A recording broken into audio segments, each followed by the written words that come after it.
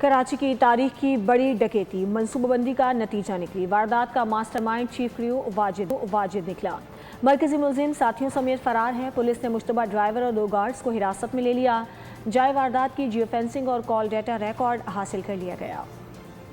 कराची के बड़े डकैती केस में अहम पेशरफ। सेंट्रल पुलिस ने कैश वैन का ड्राइवर और 2 गार्ड्स हिरासत में ले लिए। डकैती में अंदरूनी सहूलतकारी के शवाहिद सामने आ गए। वारदात का मास्टरमाइंड चीफ क्रू वाजिद निकला। पुलिस के मुताबिक चीफ क्रू वाजिद ने डकैती की मुकम्मल मंसूबा बंदी की। रकम कैश वैन से डबल केबिन गाड़ी में मुंतकिल करवाई गई। डबल केबिन में सवार 4 मुल्जिमान चीफ क्रू से राब्ते में थे। रकम ले जाने वाली गाड़ी तारिक रोड के दफ्तर से रवाना हुई, जिसे SOPs की खिलाफ वर्जी करते हुए वाटर पंप के करीब रोका गया। लूटी गई रकम ताहाल बरामद नहीं हो सकी। मुल्जिमान की गिरफ्तारी के लिए छापे और तहकीकात जारी हैं।